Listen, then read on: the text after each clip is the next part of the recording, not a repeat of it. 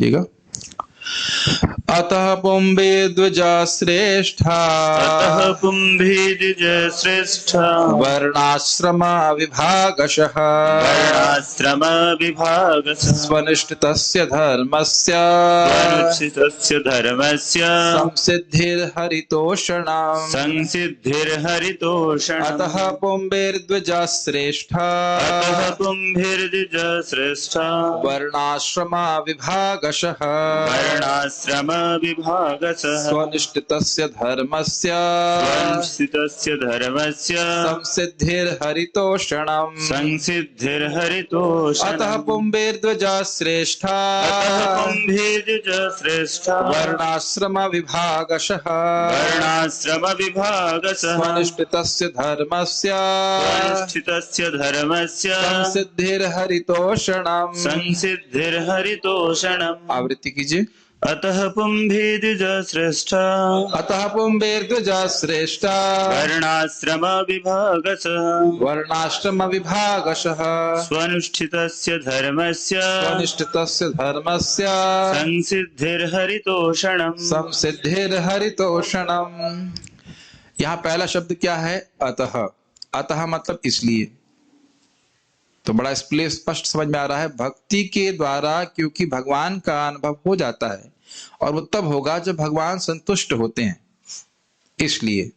पुंभी मतलब मनुष्यों के द्वारा, द्विज श्रेष्ठ, द्विज श्रेष्ठ है यहाँ पे शौनक आदि ऋषि।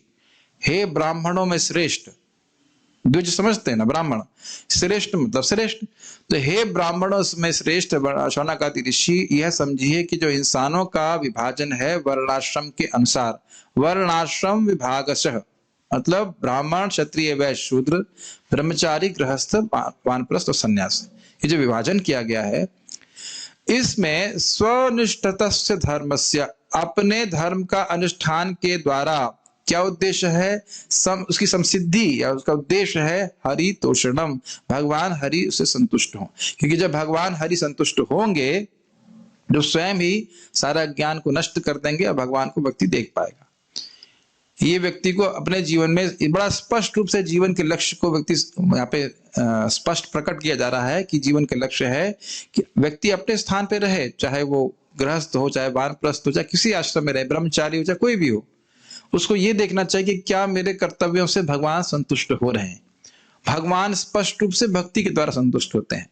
अब वो भक्ति का स्वरूप क्या होना चाहिए और कैसे संतुष्ट होंगे, वो अगले श्लोक में देखेंगे। लेकिन अभी सिद्धांत ये समझ रहे हैं कि जो कुछ भी कर रहे हैं उससे ये देखना चाहिए कि भगवान संतुष्ट हो। ये बात बहुत महत्वपूर्ण है।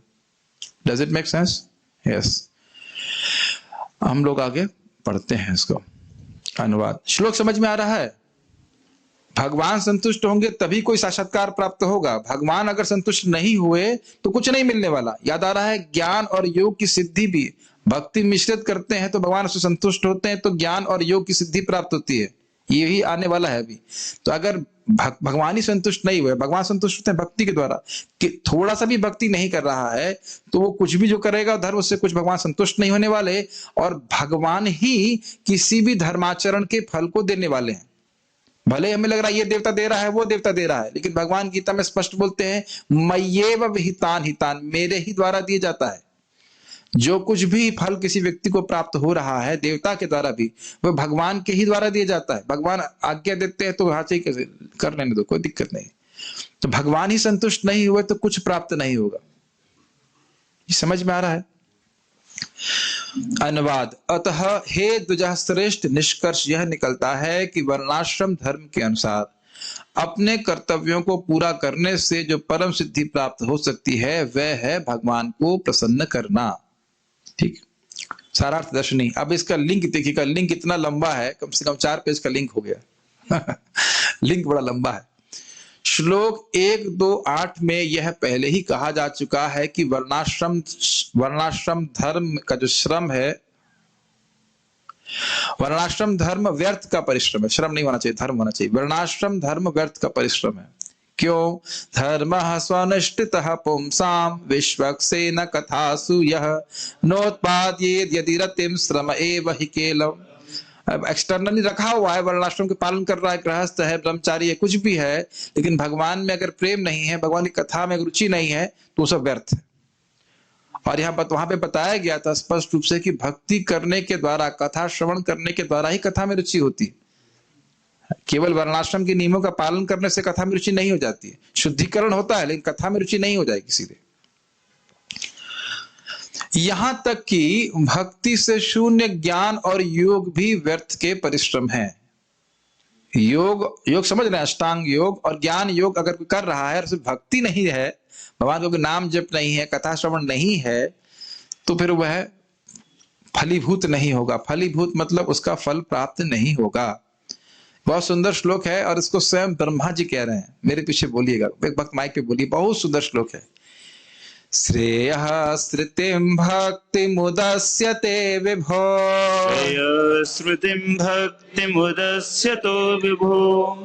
क्या निर्जल करके आए क्या? क्लिश्यन्ति ये केवल बोध लब्धये, क्लिश्यन्ति ये केवल बोध लभ्यते, तेषामसौ क्लेशल एव शिष्यते, तेषामसौ क्लेशल एव शिष्यते। नान्यद् यथा स्थूलतुषावघातिना, नान्यद् यथा स्थूलतुषावघातिनाम्। इस श्लोक लिंक तो भूल जाइए, श्लोक इतने सुंदर है ना, लिंक तो आगे आएगा। बहुत सुंदर श्लोक कह रहे, श्रेया श्रुतिम भक्तिम। श्रुति मतलब मार्ग। ये जो भक्ति का मार्ग है, ये परम श्रेय प्रदान करने वाला है। एक ही नाम देखी ना हरे, और अनंत जन्मों के पाप कट जाते हैं। अब इस भक्ति के मार्ग को छोड़ दे, भगवान का नाम जप नहीं करे, भगवान को प्रणाम नहीं करे, तो कह रहे श्रेया श्रुतिम भक्तिम उदस्यते विभो। ते मतलब आप, भगवान कृष्ण को प्रार्थना ब्रह्मा जी कह रहे हैं, हे विभु, हे महान भगवान, आपकी भक्ति जो परम श्रेय का मार्ग है उसको कोई त्याग दे। और क्लिश्यन्ति ये केवल बोध लब्ध, ये केवल बोध मतलब ब्रह्मानुभूति प्राप्त करने के लिए वह बहुत क्लेश उठाए। क्लिश्यन्ति मतलब बहुत कठिनाई उठाए, भक्ति छोड़ दिया और रफ रोड पे जा रहा है। आप तो ड्राइवर अब जानते हैं ना, ड्राइविंग जानते हैं, तो हाईवे छोड़ दिया उसने और ऐसी रोड पे जा रहा है जो गड्ढे गड्ढे गिरे। तो ऐसा भी नहीं कि वो अपने स्थान पे पहुंचेगा, वो खाई में ही गिरेगा, ये बोल रहे हैं। क्लिश्यन्ति ये केवल बोध लब्ध है, भाई हम ब्रह्मानुभूति करेंगे, ब्रह्म की प्राप्ति करेंगे, ये वो, लेकिन भगवान को प्रणाम ना करे तो कह रहे हैं बड़ा कष्ट का मार्ग है। तो कहे कुछ तो मिलेगा भाई, कुछ तो मिलेगा। अरे भगवान को छोड़ दिया कोई बात नहीं, कष्ट ले रहा हूं तो कुछ तो मिलेगा। तो कहते हैं ना, तेषाम असौ क्लेशल एव शिष्यते। क्लेश तो कर ही रहे हैं और मिलेगा भी क्लेश। समझ में आया? कठिनाई है, ब्रह्म का ध्यान करो, ये करो। अब यहां बोलो हरे कृष्णा कृष्णा कृष्णा हरे हरे, हरे राम राम राम हरे। कोई कठिनाई? आप जरा ब्रह्म पे ध्यान कीजिए। ब्रह्म समझ ही नहीं आता ब्रह्म है क्या, वह कठिनाई ना बहुत। इंद्रियों के परे कोई चीज है, निराकार, बहुत कठिनाई है। तो कह रहे हैं कि ना, बहुत क्लेश है और क्या मिलेगा बाद में रिजल्ट? क्लेश मिलेगा। एव मतलब निश्चित ही, क्लेशल एव शिष्यते। कठिनाई भोग रहे हैं साधन के समय में और साध्य अवस्था में भी कठिनाई ही प्राप्त होगी। ऐसा क्यों बोल रहे हैं? तो दृष्टांत से बता रहे हैं, नान्यद यथा, और कुछ भी नहीं, स्थूल तुषाव घाती नाम। महान स्थूल मतलब बहुत पर्वत प्रमाण। एक मैंने पहले भी बोल चुका हूं, चावल की थोथी भूसी पर्वत प्रमाण बहुत सारी, और उसको कोई कूटे और सोचे कि चावल निकलेगा इसमें से, तो उसे क्या मिलेगा? केवल हाथ में दर्द होगा। रिफाइंड, हाँ रिफाइंड भूसा मिल सकता है, ये हो सकता है लेकिन भूसा तो नहीं खा सकता वो, है कि नहीं? समझ रहे हैं? कौन बोल रहा है? ब्रह्मा जी बोल रहे हैं। एकदम इसे स्थापित कर लेना चाहिए कि भक्ति के अलावा और कोई साधन करने की आवश्यकता है नहीं। और अगर कोई साधन कर रहा है और भक्ति का आश्रय नहीं ले रहा तो नरक ही जाएगा, वो कुछ फायदा नहीं होगा। क्लेशल एव शिष्यते। और क्लेश क्यों भी होगा? क्योंकि बार बार ब्रह्म का ध्यान करने बैठे तो भक्तों का संग हो तो भी सोचेगा नहीं ब्रह्म की प्राप्ति करनी, ये और कठिनाई हो जाएगी। हे प्रभु, आत्म साक्षात्कार का सर्वोत्तम मार्ग तो आपकी ही भक्ति है। यदि कोई इस मार्ग को त्याग करके ज्ञान के अनुशीलन में प्रवृत्त होता है तो उसे क्लेश उठाना होगा और वांछित फल भी नहीं मिल पाएगा। जिस प्रकार थोथी भूसी को पीटने से अन्न या गेहूं नहीं मिलता है, उसी तरह जो केवल चिंतन करता है उससे आत्म साक्षात्कार नहीं हो पाता, उसके हाथ केवल क्लेश लगता है। श्रीमद् भागवत 10:14-4। महाराज जी का प्रवचन सुन रहा था, उसमें बोल रहे कहीं कोई प्रवचन हो रहा होगा तो वहां के हमारे इस्कॉन कोई डिवोटी होगा, उसने बोला ये मौन से क्या फायदा होता है, मौन की उसने उपेक्षा कर दी, मौन से अच्छा है कि भगवान का नाम उच्चारण करो। और वहां के जो लीडर थे वो मौनी बाबा थे, तो उनके शिष्य ने बोला था कि मैं शास्त्रार्थ करूंगा, तुमने गुरु को बुलाओ, ये वो ऐसा करके। लेकिन मौन से क्या फायदा? प्रभुपाद जी कहते हैं, एक जगह बोला भी गया है, सर्प भी तो मौन रहता है, सांप भी तो चुप रहता है, तो क्या उसे ब्रह्म ज्ञान हो जाता है चुप रहने से? और हम लोग भी रात में सोते हैं, तो अगर खराटे ना मार रहे हो तो चुप ही रहते हैं कि नहीं? पूरी दुनिया 8-9 घंटे रात में तो सोते ही रहती है, तो क्या उसी से ब्रह्म ज्ञान हो जाता है चुप रहने से? प्रभुपाद जी कहते हैं व्यर्थ की बात कहे तो उससे अच्छा कि भगवान निराकार है, उससे अच्छा है वो चुप रहे। लेकिन अगर किसी को मालूम चल जाए कि भगवान कितना सुंदर रूप है, गुण है, तो उसको बोलना चाहिए, निरंतर बोलना चाहिए। तो समझ में आया? कोई व्यक्ति ज्ञान का प्रयास करे और भक्ति को छोड़ दे तो क्या मिलेगा उसको? छाले, हाथ में छाले होता ना, या रिफाइंड भूसा। समझ में आ गया? तो उसके लिए प्रयास करने वाला व्यक्ति मूर्ख कहा जाएगा ना। अच्छा, अभी नारद जी की युक्ति है, मेरे पीछे बोलिए। नैष्कर्म अप्यच्युत भाव वर्जितम, नैष्कर्म्यप्यच्युत भाव वर्जितम, इनको पिलाओ भाई, तो आवाज ही नहीं निकल। न शोभते ज्ञानमलं निरंजनम, न शोभते ज्ञानमलं निरंजनम, कुतः पुनः शश्वत भद्रमीश्वर, कुतः पुनः शश्वत भद्रमीश्वरम्, न चार्पितं कर्म यदप्यकारणम्, न चार्पितं कर्म यदप्य आकरणम्। नैष्कर्म अपि अच्युत भाव वर्जितम, वह ज्ञान का अनुशीलन जिसमें भगवान अच्युत के प्रति कोई भक्ति भाव नहीं है। न शोभते ज्ञानम अलम निरंजनम, अरे वो निरंजन ज्ञान हो, निरुपाधिक ज्ञान हो, ब्रह्म का अनुभूत ध्यान कर रहा हो, लेकिन भगवान के कोई बात नहीं है, वो न शोभते, अच्छा नहीं लगता वो। नारद जी कह रहे हैं कुतः पुनः शश्वत भद्रमीश्वर, अरे जो ये कर्मकांड है ये तो हमेशा ही खराब है, हमेशा ही खराब है। तो अगर इसको न चार्पितम कर्म यदप्य कारणम, अगर भगवान को ये सब अर्पित नहीं होता तो फिर से क्या लाभ प्राप्त होगा? तो समझ रहे हैं मेरी बात? एकदम स्पष्ट समझ में आ रहा है? ज्ञान हो, कर्मयोग हो, कर्मकांड हो, कुछ भी हो, भगवान अगर उसमें नहीं है तो ऐसा हो गया कि बस शरीर है और प्राण है ही नहीं इसमें, फिर क्या फायदा हुआ उसका? स्पष्ट समझ में आ रहा है? और आप देख भी सकते हैं इस जगत में बहुत सारे लोग कार्य करते हैं लेकिन कुछ लाभ होता नहीं। आज भी मैंने बड़ा सुंदर कोटेशन मुझे मिला था तुलसीदास जी का, राम नाम को अंक है और सब साधन शून्य। भूल गया क्या था कि राम नाम जो है वो एक अंक के समान है और बाकी सारे साधन क्या है? शून्य है, जीरो है। भूल गया आगे क्या लिखा था, बड़ा सुंदर था वो। तो कह रहा है कि एक अंक अगर 0 कितने जीरो हो गए? जीरो। टैली कीजिए, कितने आगे जीरो बचे? उसके बाद बहुत सारे जीरो लगाए, सब जीरो, सारे साधन शून्य, जीरो। और अगर उसमें एक लगा दें तो कितना हो जाएगा? 10, 100, 1000, 10,000, 1 लाख। समझ में आई बात? तो भगवान की भक्ति नहीं कर रहा है, भगवान का नाम जप नहीं कर रहा है, भगवान को प्रणाम नहीं कर रहा है, प्रसाद नहीं खा रहा है, तो जो कुछ भी वो कर रहा है वो शून्य है। श्लोक बड़ा अच्छा था, राम नाम कोई है भेजने वाला उसमें, राम नाम को अंक है और सब साधन शून्य, गुण ऐसे करके था, बड़ा सुंदर था वो, भूल गया अभी, चलो कोई बात नहीं, लेकिन अर्थ समझ गए आप उसका अर्थ क्या है। तो इसी तरह कह रहे हैं भगवान की भक्ति नहीं कर रहा है तो उसका सब कुछ साधन व्यर्थ हो रहा है। आत्म साक्षात्कार का ज्ञान समस्त भौतिक आसक्ति से रहित होने पर भी शोभा नहीं देता यदि वह अच्युत यानी ईश्वर के भाव से शून्य हो। तो फिर उन सकाम कर्म से क्या लाभ यदि वे भगवान की भक्ति के लिए काम ना आ सकें और जो स्वभावतः प्रारंभ से ही दुखप्रद तथा क्षणिक होते हैं। कर्म हाँ, अंक गए कुछ हाथ नहीं, अंक रहे 10 गुण, अंक रहे कुछ हाथ नहीं, अंक रहे 10 गुण, ये बात ठीक है। एक बहुत सुंदर उक्ति महाराज कहे थे, याद नहीं आ रहा है, कह रहे थे गंगा जी के तट पे कोई व्यक्ति हो और भगवान का नाम उच्चारण नहीं कर रहा है तो प्यासा मर जाएगा। ऐसा करके कुछ 2-3 बातें वो बोले थे, बड़ा अच्छा लगा था कि नाम भक्ति नहीं कर रहा है तो उसको कुछ लाभ प्राप्त नहीं होगा। यस, ठीक है।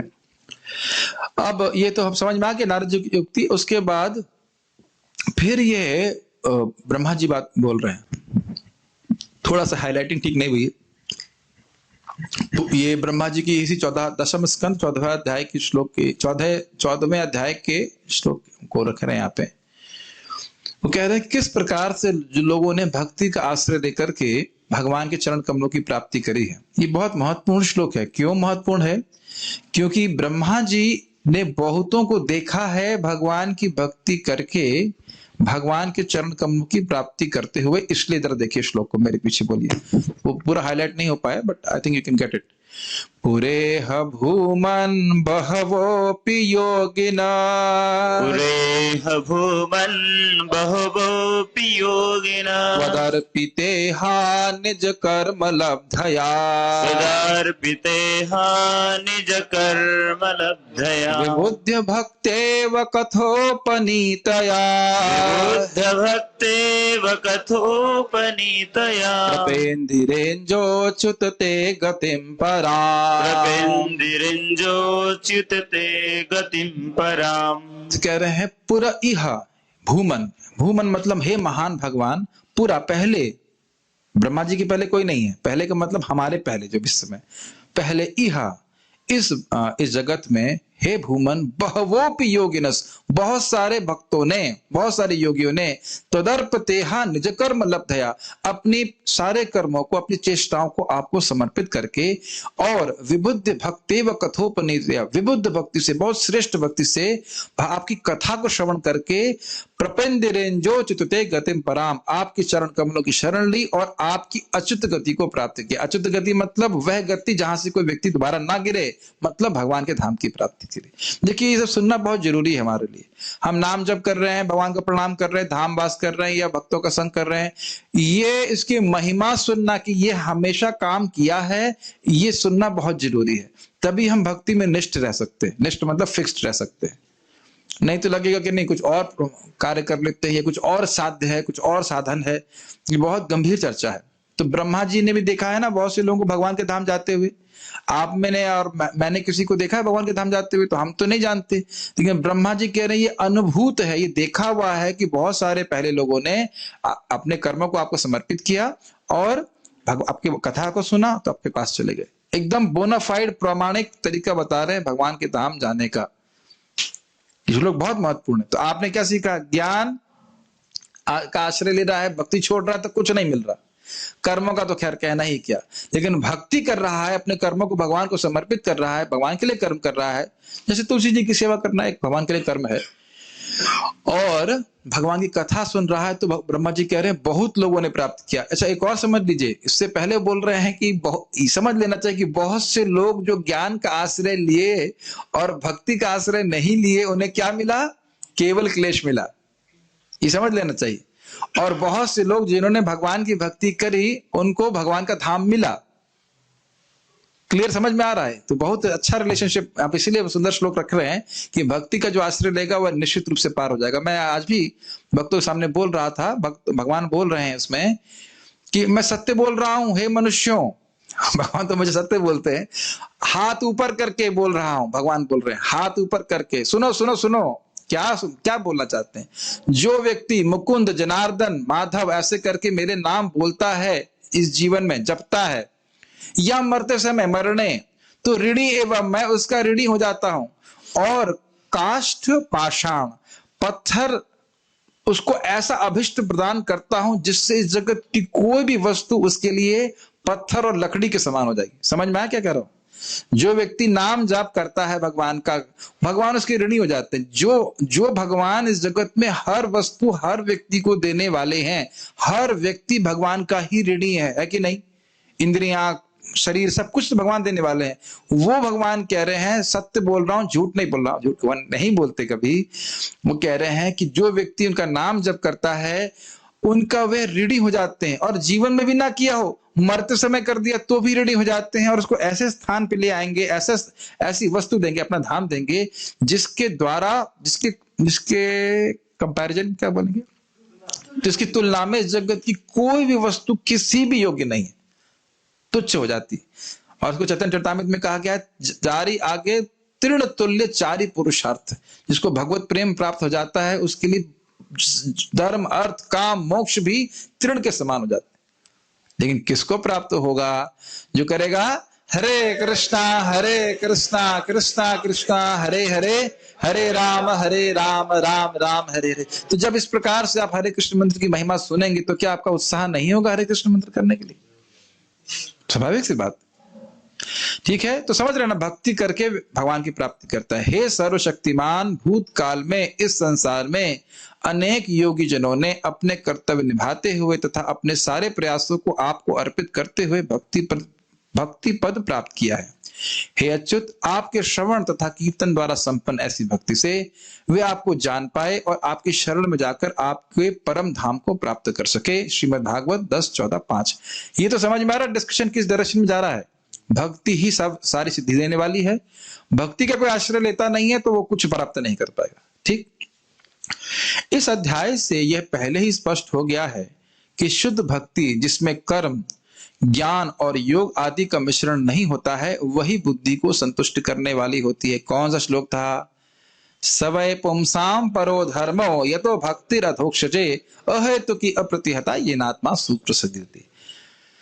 तो इसकी व्याख्या की जरूरत नहीं है। शुद्ध भक्ति प्राप्त होगी तभी जीव संतुष्ट होगा। अब एक संदेह उत्पन्न हो सकता है, क्या ज्ञान और योग का त्याग करने से कोई दोष नहीं लगेगा? देखिए प्रश्न क्या है, बात यह आ रही है कि आप कह रहे हो भक्ति त्यागने से दोष लगेगा, लेकिन अगर हम ज्ञान, मान लो ज्ञानी है, ज्ञान छोड़ दे, केवल भक्ति करे और ब्रह्म की अनुभूति करना चाहे तो कोई दिक्कत है? अगर मान लीजिए कोई भक्ति कर रहा है, कुछ लोग ऐसे भी होते हैं कहते हैं हम ब्रह्म की प्राप्ति करना चाहते हैं और केवल भक्ति कर रहा है, तो ज्ञान का तो अनुशीलन नहीं कर रहा है, तो कोई दिक्कत है? तो कोई व्यक्ति संदेह कर सकता है कि हाँ ज्ञान का, कि भाई ज्ञानी है, ज्ञान का उद्देश्य मुक्ति है और ज्ञान को छोड़ करके केवल भक्ति करे तो तभी तो दोष लग जाएगा ना। भाई ज्ञान का अनुशीलन कर ही नहीं रहा है, या योग की सिद्धि प्राप्त करना चाहता है, परमात्मा का अनुभव प्राप्त करना चाहता है और अष्टांग योग करे ही नहीं और भगवान की भक्ति करे बस, तो वहां भी तो गड़बड़ हो जाएगी ना। हाँ, ये प्रश्न उठाया जा रहा है। सही बात है, नहीं होगी, लेकिन प्रश्न उठाया जा रहा है। और नित्य कर्मों को नहीं करने से क्या पाप के कारण व्यक्ति नरक में नहीं गिर पड़ेगा? नित्य कर्म में होते हैं बहुत सारे जो होते हैं कि अग्निहोत्र ये करो, ये करो, वो करो, या कोई कहे नहीं भाई तुम शादी करना बहुत जरूरी है। क्यों जरूरी है? ऐसे ही होता ही है, पाप लगेगा, जो भी बहुत सारे कारण हो सकते हैं। कभी कभी मैं कटाक्ष करता रहता हूं, जो लोग समझते हैं वो समझ जाते हैं कि मैं क्या कह रहा हूं। ठीक है, तो यदि यह प्रश्न हो तो इस पर यह श्लोक उत्तर देता है। लिंक समझ में आ गया आपको? इतना लंबा लिंक था ना ये, इतना लंबा लिंक कभी आपने देखा नहीं होगा। यह श्लोक यह उत्तर देता है कि ना भाई ना, कोई सारे कर्मों की पूर्ति हो जाती है भक्ति करने से और कोई टेंशन नहीं, कोई कर्म नहीं, कोई पाप नहीं लगे, कुछ नहीं लगेगा। लिंक समझ में आ गया? ठीक। यद्यपि ज्ञान और योग आकर्षक होते हैं, जो लोग भक्ति को नहीं जानते हैं, परंतु वे अपने साध्य की प्राप्ति के लिए भक्ति के संपादन पर ही आश्रित रहते हैं। परंतु भक्ति इन साधनों से निरपेक्ष रहते हुए अपने फलों को प्रदान करने वाली होती है। क्या ये लाइन समझ में आ गई? स्पष्ट। ज्ञान का उद्देश्य क्या बताया गया था? ब्रह्मानुभूति। योग का उद्देश्य क्या बताया गया था? परमात्मा की अनुभूति। तो ये दोनों अनुभूति कैसे प्राप्त होंगी? कुछ कुछ तो भक्ति करे, कुछ कुछ तो भक्ति करे, लेकिन भक्ति का फल क्या था? भगवत अनुभूति। उसमें ज्ञान और योग की कोई जरूरत नहीं है। भगवान की भक्ति करके ही भगवान का अनुभव प्राप्त हो जाता है। भगवान से प्रेम होता है तो भगवान का अनुभव प्राप्त हो जाता है। क्या ये समझने में कुछ कठिनाई हो रही है? ठीक है, ये सब बातें जब मैं बोल रहा हूं तो पूरा विश्वास है कि भगवान बहुत प्रसन्न होते हैं इस बात से। याद आया ना, मैंने बताया था आपको अद्वैताचार्य जी की बात और महाप्रभु की बात। अद्वैताचार्य जी महाप्रभु के पूछे कौन श्रेष्ठ है, ज्ञान या भक्ति? क्या निसंदेह ज्ञान श्रेष्ठ है। ज्ञान आंख की तरह है और भक्ति दर्पण की तरह है। आंख के बिना दर्पण क्या करेगा? पिटाई चालू हो करती। तो ये सिमो सोचिए कि ये सिद्धांत जो सुनना ये भक्ति नहीं है, अपितु शास्त्र का श्रवण सेवन ये भगवान की सेवा से श्रेष्ठ है। ये तदीया आता है, आराधना नाम सर्वेशाम विष्णु आराधनाम परम तस्मात् परतरम देवी तदीया नाम समर्चनम। प्रमाण से बोल रहा हूं मैं आपको। शिव जी से पार्वती जी पूछती हैं कि सबसे अच्छी आराधना किसकी है, तो कहते हैं आराधना नाम सर्वेशाम विष्णु आराधनाम परम। समझ में आई संस्कृत? सारी आराधनाओं में सबसे अच्छी आराधना है भगवान विष्णु की आराधना। क्लियर? तस्मात् परतरम देवी, हे देवी उससे भी श्रेष्ठ क्या है? तदिया नाम समर्चनम, जो भगवान से संबंधित वस्तु हैं उनकी आराधना करना। तो क्या है? धाम, शास्त्र, श्रीमद् भागवतम, तुलसी देवी, इनकी सेवा। इसका अर्थ ये नहीं कि भगवान की सेवा नहीं कर रहे हैं, उनसे संबंधित वस्तुओं की सेवा ये भगवान को और अधिक प्रसन्न करती है। गायक भी तो यही बात है, समझ रहे हैं? तो शास्त्र का श्रवण कीर्तन, श्रीमद् भागवत आप जानते ही हैं, सुनने की इच्छा मात्र से भगवान हृदय में आ जाते हैं। लेकिन चर्चा कैसी होनी चाहिए? जैसे आचार्यों ने करी, इसलिए मैं तो खाली पूर्ववर्ती आचार्यों की बात को समझा रहा हूं, ज्यादा कुछ हम अपने से नहीं बोलना चाहते। इसलिए तो समझ रहे हैं, भक्ति को स्थापित करने से भगवान प्रसन्न होते। इसलिए यदि भक्ति के द्वारा कोई भगवान को प्रसन्न कर लेता है तो वह उसके धर्माचरण की पूर्णता है। कोई भी धर्म कर रहा है, उससे भगवान प्रसन्न हो गए तो बस सारी सफलता उसे प्राप्त हो गई। श्लोक में क्या लिखा गया था? सम सिद्धिर हरितोषणम।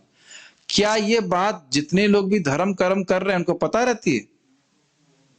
हमको यहाँ पे सामने लिखा हुआ कितना पका हुआ प्रसाद मिल गया है तो लगता है बड़ा आसान है, लेकिन दुनिया में जितने भी धर्म कर्म कोई कर रहा है, क्या वो हरितोषण के लिए कर रहा है? जरा बताइए। नहीं कर रहा ना? छांट लीजिए कितने लोग इस बात को उसको जानते हैं। ये है श्रीमद् भागवतम को श्रवण करने का लाभ। धर्म का सार क्या है? कृष्ण को संतुष्ट करना। ये हमको पता चल जाता है, आसानी से पता चल जाता है। थोड़ा से पहले हम आगे जाएं, जरा मनन कीजिए, क्या वाकई आप देख पा रहे हो कि लोग भगवान की संतुष्टि के लिए धर्माचरण नहीं कर रहे हैं? देख पा रहे हैं बात? अपने घर में चले जाइए मानसिक रूप से और जरा एक एक व्यक्ति का स्मरण करिए जो भगवान की भक्ति नहीं कर रहा और कुछ अगरबत्ती जरूर घुमा रहा है। सही कह रहे हैं प्रेम कृष्ण प्रभु कि इनको पता ही नहीं है कि भगवान कौन है, तो भगवान की संतुष्टि के बारे में बात ही कहां से आई? इसीलिए श्रवण सभी भक्ति का आधार है। जैसे पार्वती प्रभु ने कहा, गाय की सेवा से भगवान प्रसन्न होते हैं। आपको दिखता है? आपको दिखता है कि गाय की सेवा से भगवान संतुष्ट होते हैं? दिखता है अगर शास्त्र श्रवण करते हैं। गावा कंडू या नाम कुर्यात गो ग्रासम गो प्रदक्षिणम गावा में प्रसन्नासौ गोपाल अपि प्रसीदति। जीव को समय पात बोलते हैं। गायों के यहाँ पे खुजलाने से, गायों को कुछ खिलाने से और गायों की परिक्रमा करने से ये गायें भी प्रसन्न होती हैं और भगवान गोपाल प्रसन्न होते हैं। समझ रहे हैं मेरी बात? और नहीं तो इसको भी हम कर्मकांड बना सकते हैं। अच्छा, कर्मकांड के लिए भी श्रवण करना जरूरी है कि गाय की खिलाएंगे तो हमारे कर्म नष्ट होंगे। जैसे एक बात बता देता हूं, थोड़ा कर्मकांड भी बता देना चाहिए। आप गाय को खिला रहे हैं कुछ और हाथ में, मुझे एस्ट्रोलॉजर ने बोला था ये सुन लो, बहुत जरूरी है, लोग सुनते हैं इसको।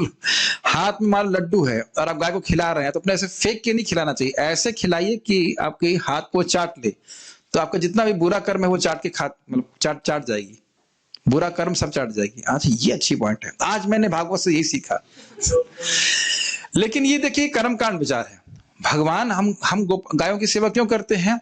कृष्ण गोपाल हमसे प्रसन्न, हमारी भक्ति बढ़े, ये समझ में आई बात? तो ये चीज लोगों को पता नहीं है। करते हैं ना, गायों की सेवा करते हैं केवल कर्मकांड विचार के द्वारा, ये चीज है। जो व्यक्ति अपने सारे कर्मों की पूर्णता में संपादित करने के बाद भी सिद्धि को प्राप्त नहीं,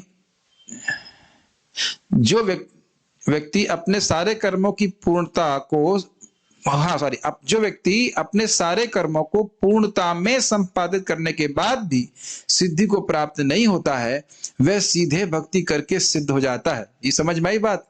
सारे कर्म कर रहा है, कर्मकांड खूब बढ़िया से कर रहा है, लेकिन अच्छा सा करने के बाद भी सिद्धि जो नहीं मिल रही है, वह भक्त को अनायास बिना प्रयास के मिल जाती है। याद आ रहा है इंद्र की कहानी? खूब यज्ञ किए तब जाके इंद्र पद प्राप्त हुआ, और भगवत गीता के 5 श्लोक बोले और इंद्र मिल गया, इंद्र पद प्राप्त हो गया। समझ में आ रहा है भक्ति की शक्ति? भक्ति के एक आभास मात्र से व्यक्ति को सारे भौतिक भोग प्राप्त हो जाते हैं। अब व्यक्ति प्रश्न कर सकता था, आप लोग क्यों नहीं मिल रहे? क्योंकि हम चाहते ही नहीं है, भोग नहीं चाहते हैं, हम भगवान की भक्ति चाहते हैं। जो चाहता है उसको मिल भी जाता है। मैंने उदाहरण दिया था ना, हे मदन मोहन मुझे मेरा पैसा वापस कर दो। इतना मदन मोहन जी दिए, बताओ 50 लाख रुपए डोनेशन दिया उसने कुशाला। आप जानते हैं ना उस व्यक्ति।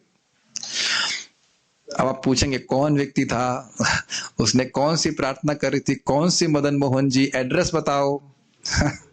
ना हम नहीं बताएंगे, इसके लिए भगवान के पास नहीं जाना चाहिए। इसे भगवान की युक्ति से समझना चाहिए। मेरे पीछे बोली, बहुत अच्छे अच्छे श्लोक है।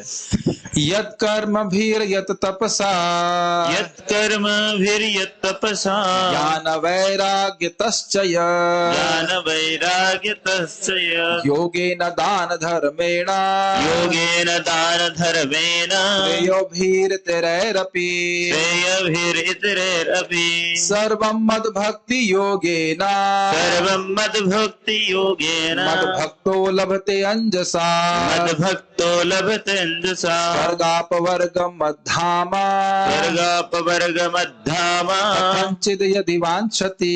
कथंचित् यदि वांछति। तो कह रहे हैं यत कर्म फिर जो कर्मों के द्वारा, कर्म इत्यादि के संपादन के द्वारा जो प्राप्त हो सकता है,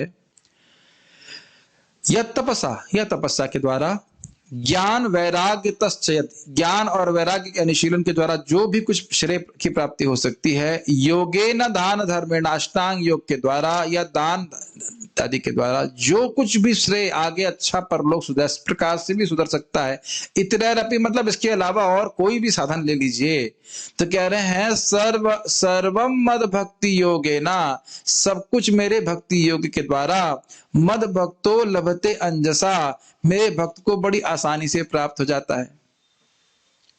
स्वर्ग अपवर्ग मद धामा कथंचित यदि वांछति, स्वर्ग चाहता है तो स्वर्ग मिल जाता है, अपवर्ग मतलब मुक्ति चाहता है तो मुक्ति मिल जाती है, मद धाम मतलब अगर मेरे धाम को चाहता है तो मिल जाता है।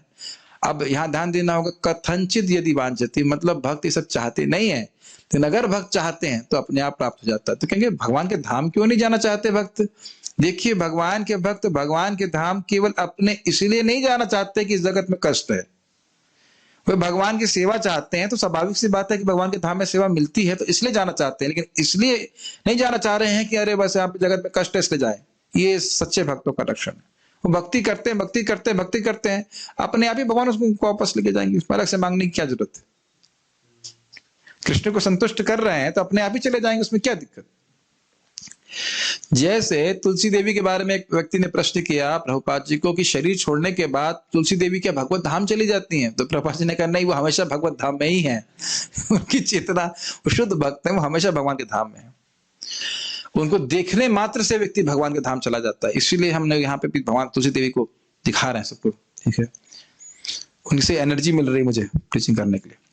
इन सारी वस्तुओं को जो सकाम कर्म, तपस्या, ज्ञान, वैराग्य, योग, दान, धर्म तथा जीवन को पूर्ण बनाने वाले अन्य सारे साधनों से प्राप्त की जाती हैं, मेरा भक्त मेरे प्रति भक्ति से अनायास प्राप्त कर लेता है।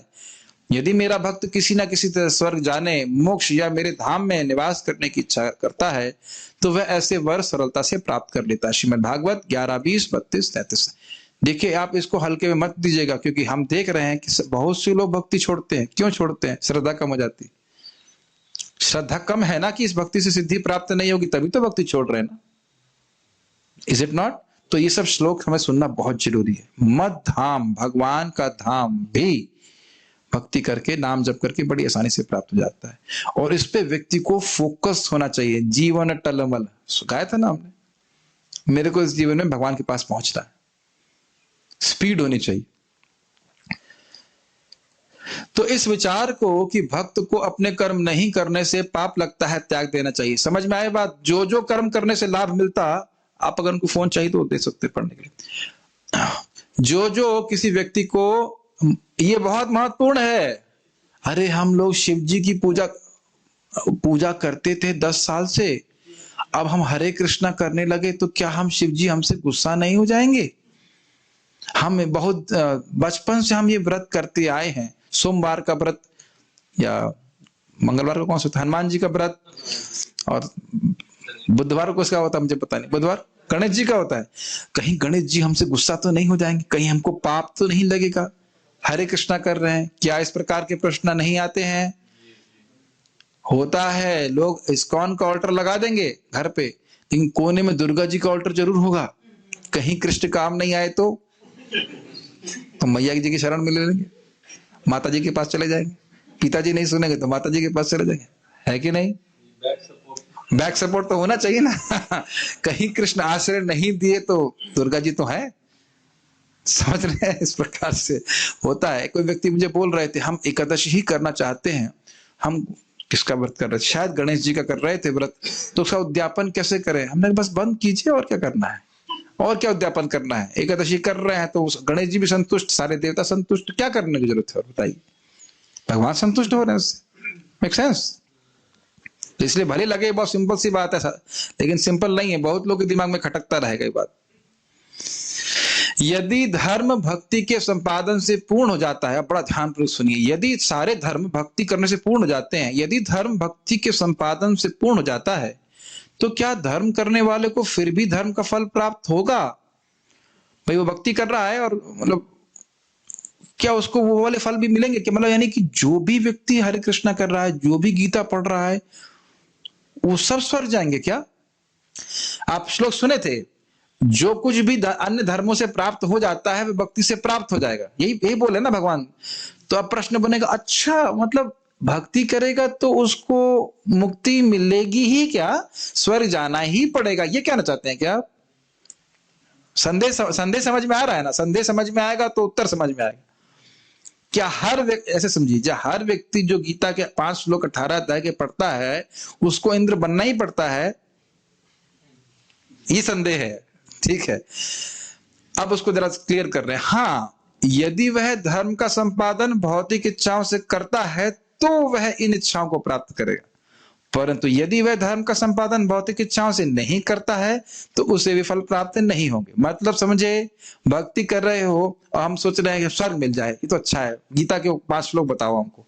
जैसे थे ना वो अर्जुन से, दुर्योधन ने कहा था, वो बाण कौन से हैं जिसे मारूंगा, पांडवों को मारूंगा। तो जिसकी इच्छा ऐसा कर सकता है, लेकिन यदि ऐसी इच्छा है तो भक्ति उस प्रकार के फल देगी। अगर हमारी स्वर्ग जाने की इच्छा नहीं है तो ऐसा नहीं कि तुमने देखो भक्ति करने से कोई भी फल मिलता है तो तुम्हें थोड़ा समय स्वर्ग में जाना ही पड़ेगा। अगर हम भगवान के पास जाना चाहते हैं तो कोई दिक्कत नहीं। क्या बातें समझ पा रहे हैं? सूक्ष्म बातें समझ में आ रही हैं? ये बहुत बड़ा गेम है, ये इसीलिए सीखना चाहिए सब बातें। अगर हरे कृष्णा कर रहे हैं, उसे कहते हैं भुक्ति नाम, भोग की लालसा है तो भोग की इच्छाएं पूर्ण हो जाएंगी। जो चाहेंगे वह हरे कृष्ण मंत्र के द्वारा पूर्ण हो जाएगा। लेकिन हमें समझना चाहिए कि संतुष्टि कैसे होगी? अहेतु की अप्रतिहता भक्ति के द्वारा ही। भगवान के पास हीन अर्थ लेकर के नहीं मांगना चाहिए। प्राइम मिनिस्टर के पास जाकर के 50 पैसे मांगने की कोई मतलब नहीं है। हंस रहे हैं यहाँ पे, लेकिन बहुत लोग हम देखते हैं ना, हमारे एक भक्त है, नाम तो नहीं रख रहे, खूब सेवा किया जम के, ताकि इंग्लैंड में जाके कुकिंग कर सके, अभी अमेरिका चले जाएं। बहुत सारे लोग इस प्रकार सोचते हैं। इतना हंस तो देते हैं, लेकिन लोग जब कर रहे हैं, लेकिन ठीक है वो जब कर रहे हैं, लेकिन इच्छा है कि भाई अमेरिका चले जाए, है ना। मैं पहले भी मजाक में बोला था ना कि विलास कुंज दियो वास नहीं, अमेरिका दियो वास, है कि नहीं? अमेरिका देश दियो वास, ये तुलसी महाराज से प्रार्थना कर सकते हो आंतरिक रूप से। ये होता है। एक भक्त थे, जाते हैं पार्थरू, तो सेवा कर रहे थे हमारे डिवोटी किचन में, तो उन्होंने कहा आपने बहुत अच्छा प्रसाद बनाया, आप ये वाला प्रसाद बहुत अच्छा बनाओ, तुम्हारा एक इंग्लैंड का वीजा जरूर मिल लग जाएगा। वो इतना खुश हुआ, वो इतना खुश हुआ, ब्रह्मचारी इतना खुश हुआ, आप याद है ना आपको? बहुत खुश हुआ वो।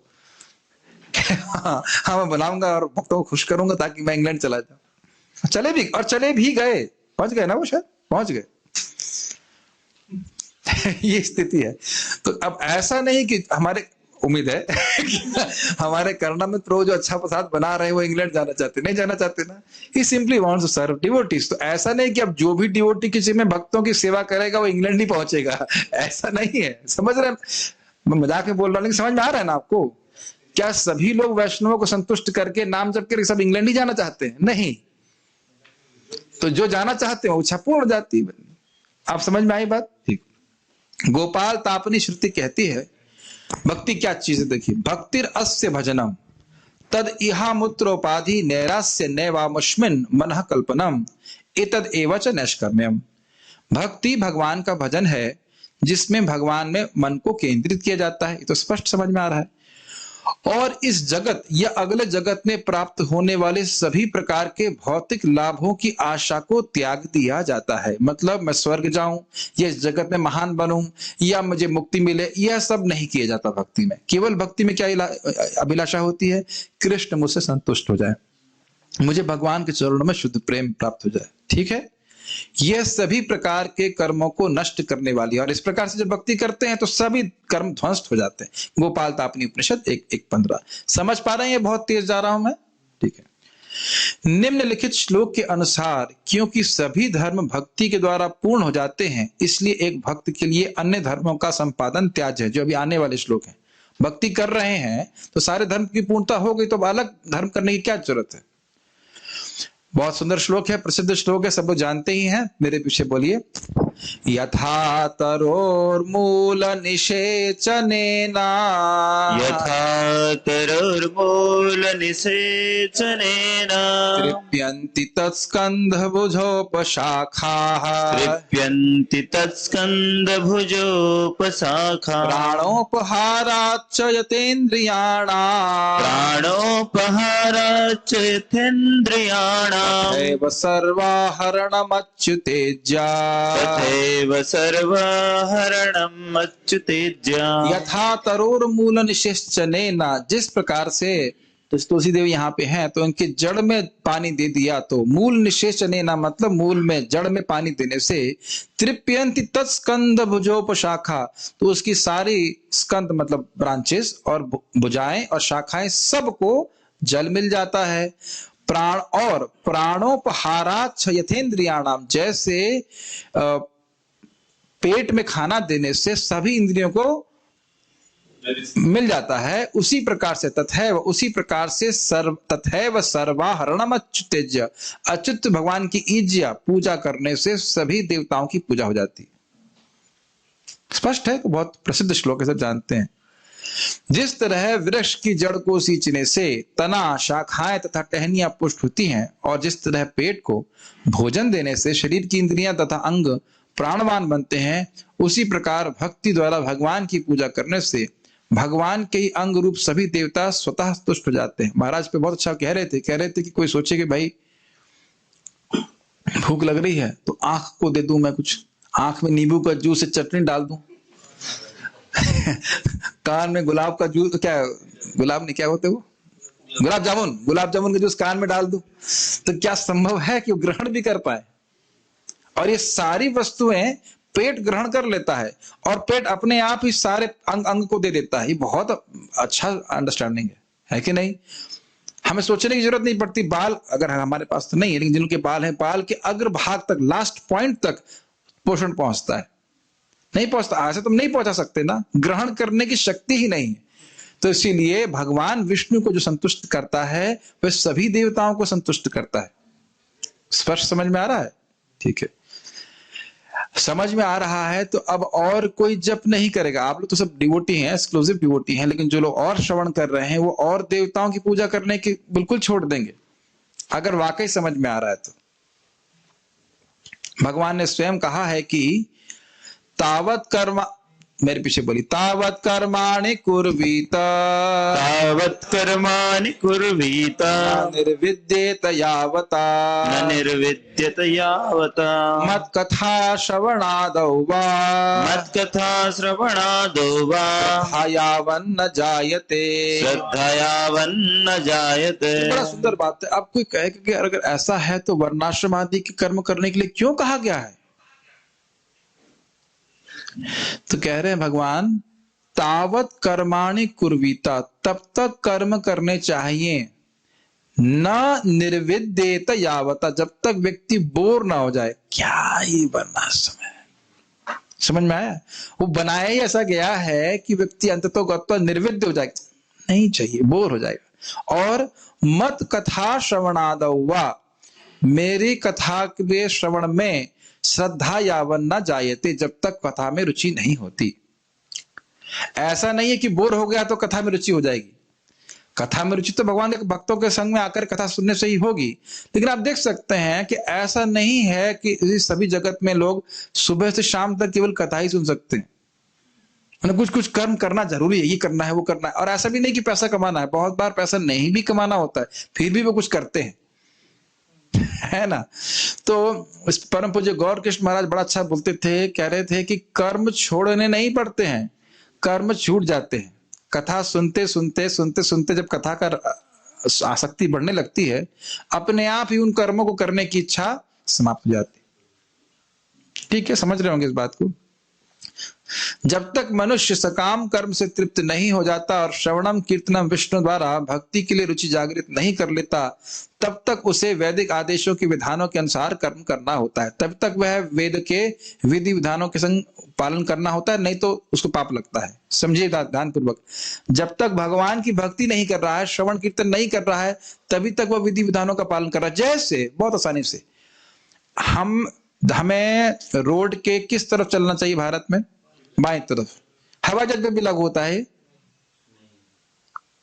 क्योंकि नहीं, यहां जाम लगा हुआ है, ये हवाई जहाज को रोको, उसको। वो ऊपर से क्यों जा रहा है? वो रोड के बाएं तरफ क्यों नहीं चल रहा है? समझ में आई बात? ये विधि विधान तभी तक हैं जब तक व्यक्ति भगवान की भक्ति नहीं कर रहा। जो भगवान की भक्ति कर रहा है उसके लिए ये विधि विधान, ये वर्णाश्रम कर्म, ये वो सब करने की आवश्यकता नहीं है। वो भक्ति कर रहा है, उसी से उसको पूर्णता प्राप्त हो जाएगी। प्रश्न एट द एंड में, इस टीका के एंड में एटलीस्ट, ठीक है? पूरा पढ़ लेंगे ना तब प्रश्न ठीक से बैठा पाएंगे। हाँ, अब कोई कहेगा अरे नहीं, भगवान की आज्ञा है तो वर्णाश्रम तो भगवान की आज्ञा है। भगवान कहते हैं ना, भाई क्या है वो, चतुर्वर्णम मया सृष्टम, भगवान ने, मैंने सृष्टि किया है। भगवान वर्णाश्रम कर नहीं करेंगे तो पाप लग जाएगा। मेरे पीछे बोलिए। आज्ञा एवं गुणान दोषान, आगैवं गुणान् दोषान् मय्यादिष्टान् अपि स्वकान्, मया दृष्टान् अपि सुखान् धर्मान् सन्त्यज्य यः सर्वान्, धर्मान् सन्त्यज्य सर्वान् मां भजेत् स तु सत्तमः। मां भजेत् स तु सत्तमः। तो यहाँ भगवान स्वयं कह रहे हैं उद्धव जी को। कोई भक्त 11वां स्कंद सुनना चाहते तो आज 11वां स्कंद के बहुत सारे श्लोक आपके सामने हैं। वह भली भांति जानता है, वह मतलब भगवान का भक्त, कि विविध शास्त्रों में मैंने, भगवान ने जो धार्मिक कर्तव्य नियत किए हैं उनमें अनुकूल गुण रहते हैं जो उनके करने वालों को शुद्ध करते हैं, और वह जानता है कि इन कर्तव्यों की उपेक्षा से जीवन में त्रुटि आती है। फिर भी संत पुरुष मेरे चरण कमलों की शरण ग्रहण करके समान धार्मिक कार्यों को त्याग कर एकमात्र मेरी पूजा करता है। इस तरह वह जीवों में सर्वश्रेष्ठ माना जाता है। ये बहुत सुंदर श्लोक है। वो जान रहे हैं कि भगवान ने वर्णाश्रम की व्यवस्था करी है उन लोगों के लिए जो भक्ति नहीं कर सकते, तो उनके लिए आवश्यक है कि वो विधि विधानों का पालन करें, और वैसा, और उससे उनकी प्रगति भी होती है, और नहीं करेंगे तो उनकी अवनति होगी, नीचे जाएंगे। लेकिन वो जानता है मूल बात क्या है, भगवान कैसे संतुष्ट होते हैं, भक्ति के द्वारा। और भक्ति करने से व्यक्ति के अंदर सारे सद्गुण आ जाते हैं। तो इसलिए अब उन, क्या कह सकते हैं, उन्हीं विधि विधानों में मन ना लगा करके वह अपने मन को निष्ठ करता है, फिक्स करता है कि भगवान की भक्ति करूं, नाम जप करूं, भगवान को प्रणाम करूं, भगवान का प्रसाद खाऊं, इसी से मैं संतुष्ट, इसी से मैं सिद्ध हो जाऊंगा। भक्ति कृष्ण भक्ति कैला सर्व कर्म कृत होए। ये अंडरस्टैंडिंग समझ में आई? कृष्ण की भक्ति कर रहा हूं, मैं सारे कर्म करते रहा हूं, मुझे अब अलग कहीं कुछ करने की जरूरत नहीं है। वही एग्जाम्पल, पेट में खाना दे दिया तो अब जैसे आपको कह सकता है अरे भाई लड़कियों की शादी नहीं करवाई तुमने, लड़कों की शादी, पता नहीं क्या सिचुएशन है, लड़के की पता नहीं, और आप घर छोड़ के जा रहे हो और भजन कर रहे हो, ये तो उचित नहीं है, पाप लगेगा। सर बोलते हैं आपको, क्या बोलते होंगे शायद। तो अब नहीं सुनना ना उनकी बात, अब भजन कर रहे हैं ना, आराम से भक्ति कीजिए, कोई पाप नहीं लगेगा, और शादी हो जाएगी, घबराइएगा मत, कोई रुकेगा नहीं आपके। समझ रहे ना मेरी बात? यस। और भगवत गीता में भगवान ने कहा है कि सर्वधर्मान परित्यज मामेकम शरणं व्रज। आगे पूरा कर दो। अहम त्वाम सर्व पापेभ्यो मोक्षयिष्यामि मा शुचः। सभी धर्मों को त्याग कर केवल मेरी शरण में आओ, मतलब मेरा भजन करो। इस पे परम पूज्य गौर कृष्ण महाराज बड़ा सुंदर बोलते, कहते हैं भगवान ये नहीं कह रहे हैं कि सारे पापों को छोड़ के आओ कह रहे सारे धर्म छोड़ करके आओ, पाप मैं छुड़ा दूंगा। सर्व धर्मान परित्यज्य, परित्यज्य मतलब बढ़िया से त्याग दो। आप ये मत सोचो कि मैं इसको त्याग दिया है तो मेरे को कुछ दिक्कत होगी ना, सारे धर्मों को छोड़कर मेरी शरण में आओ, मेरी भक्ति करो। अरे जो पाप लगेगा उसका क्या करेंगे? तो कहते अहम त्वाम सर्व पापेभ्यो मोक्षयिष्यामि मा शुचः। शोक करने की जरूरत नहीं है, मैं I will take care. Prabhupada ji इस पे बड़ा सुंदर कहते हैं, प्रवचन में कहते हैं कोई व्यक्ति को बोलो भाई वो काम कैसे होगा, और आप चिंता मत करिए हम देख लेंगे। जैसे ही कोई व्यक्ति बोलता है कि वो देख लेगा तो आपकी चिंता चली जाती है कि नहीं, है ना? तो हमें क्या करना है? भगवान की भक्ति करनी है। अब हम भगवान के पास कैसे पहुंचेंगे, हमारे पाप कैसे नष्ट होंगे, वो सब भगवान देख लेंगे। बहुत सुंदर बात परम पूज्य राधा गोविंद महाराज बता रहे थे, आज मैं बहुत रिफ्लेक्ट कर रहा था इस पर कि भक्ति कर रहे हैं, लेकिन और कुछ पाप रह जाता है, पाप की वृत्ति रहती है, हम सोचते कैसे जाएगी, कैसे जाएगी, है कि नहीं? कुछ गंदी आदत रह जाती है, नर्थ कैसे जाएगा? तो समझ ला चाहते हुए भी नहीं जाता है बहुत बार। तो भगवान कह रहे हैं तुम चिंता मत करो, भक्ति करो, सारे धर्मों को छोड़कर मेरी भक्ति करो, पाप मैं छुड़वाऊंगा। पाप छोड़ करके आओ ये नहीं बोल रहे हैं, मेरे पास आओ, पाप मैं छुड़वा दूंगा। समझ रहे ना? भक्ति करेंगे तो सारे पाप अपने आप भगवान हृदय से साफ कर देंगे। और हम तो ऐसा कितने लोग संग देखते होते हुए। इन श्लोकों के आधार पर यह समझना होगा कि यथा तरोर मूल निश्चय ना, श्लोक का अर्थ इस प्रकार से है, जिस प्रकार भगवत उपासना से सभी देवताओं की उपासना हो जाती है और भगवान की संतुष्टि ही सभी वर्णाश्रम धर्म के कर्मों की पूर्णता है, तो जब भगवान अपनी पूजा के द्वारा संतुष्ट हो जाते हैं तो देवताओं के प्रति जो कर्तव्य किसी के होते हैं उनका उद्देश्य भी अपने आप सिद्ध हो जाता है। पेड़ की जड़ में पानी देने के उदाहरण से समझना होगा कि शाखाओं और पत्तियों को जल अपने आप ही मिल जाता है। मतलब कहने का अर्थ यह है कि किसी भी प्रकार से भक्त को वर्णाश्रम धर्म के कर्मों को त्यागने से कोई भी हानि नहीं है। कंक्लूजन ये समझ गया ना? 3 पॉइंट। ज्ञान को त्यागने से कोई दिक्कत नहीं है, योग करने से योग नहीं करने से कोई दिक्कत नहीं है, और जो वर्णाश्रम के धर्म के कर्म है उनको भी नहीं करने से कोई दिक्कत नहीं है। भगवान की भक्ति कर रहा है तो वह पूरी तरह से सिद्ध हो जाएगा। ये समझ में आ गया? अच्छा, क्योंकि पॉइंट सब मुद्दा यह है कि सम सिद्धिर हरितोषणम, भगवान संतुष्ट होने चाहिए, और भगवान संतुष्ट होते हैं भगवान की भक्ति करने से। तो जब भक्ति करके भगवान संतुष्ट हो गए, आपका मूल बात हो गई, प्रयोजन सिद्ध हो गया, तो अन्य सारी चीजों करने से क्या फायदा हुआ? क्लियर? ठीक।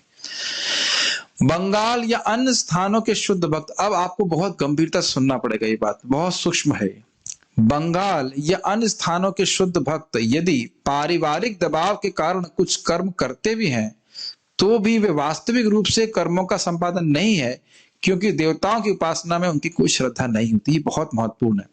जो लोग अभी घर में रह रहे हैं, मान लीजिए कोई कर्मकांड है, कोई पूजा वाला कर रहे हैं और घर वाले आपको जबरदस्ती कहते नहीं बैठना ही पड़ेगा, तो झगड़ा नहीं करिए।